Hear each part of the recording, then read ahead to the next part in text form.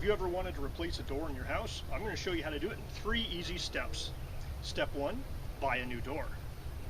Step 2, remove the old door and prepare the surrounding.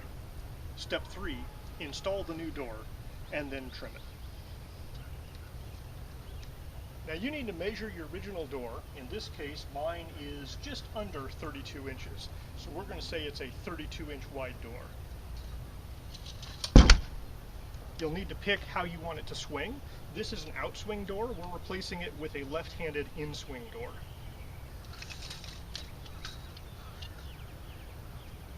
Now you also need to measure your opening to make sure that the pre-hung door you purchase will fit in the opening. You can ignore parts of the door frame and trim. We're actually looking here to the concrete opening itself.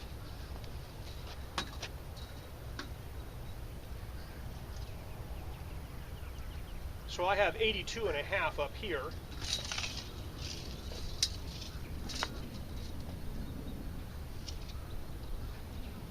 And this is a 36-inch opening, which is about right for a 32-inch door. There's a lot of stuff hidden behind these trim pieces though.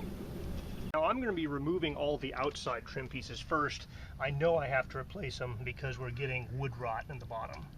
One of the reasons I'm replacing this door is it looks like they've taken an in-swing door, mounted it backwards, and put it outside as an outswing door.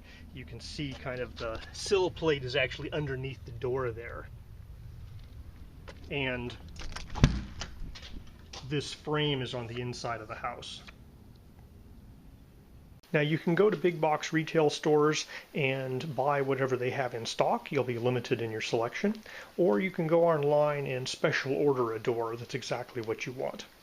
You need to pay very special attention to the left-handed or right-handed placement of the hinges and in-swing or out-swing. Most exterior doors are in-swing. So in addition to the damage on the outside of the current door, we also wanted this 2/3 light window in the door so it would match the rest of our windows in the sunroom.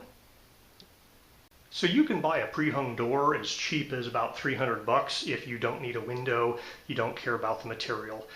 This particular door costs about $1,200. It's fiberglass, it has a synthetic jamb so it won't rot, and the window adds significant cost. Now the total width of this pre-hung 32-inch door is 33.5 inches. And the height here is just a little more than 82 inches. Now in addition to the door, you're going to need some 100% silicone to keep water out from underneath the sill. You're going to need some painter's caulk to trim around the outside trim pieces.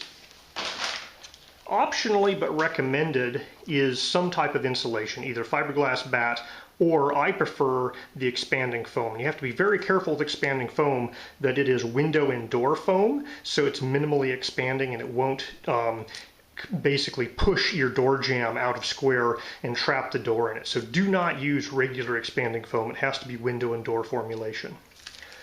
You're definitely going to need some shims. I'm using synthetic shims, composite, because they won't rot. You could use wood shims, but I just want the extra protection from water. So if you have your door delivered, when it shows up, it's going to show up on a pallet. And they'll roll that pallet anywhere there's concrete and drop it down for you, but you'd better be prepared to take the door off of the pallet and carry it around. So you're probably going to want a second person there to help you with that. You'll also have to dispose of a pallet. In the next video, I'll show you how to remove the existing door and clean up the door jamb to get it ready for installation.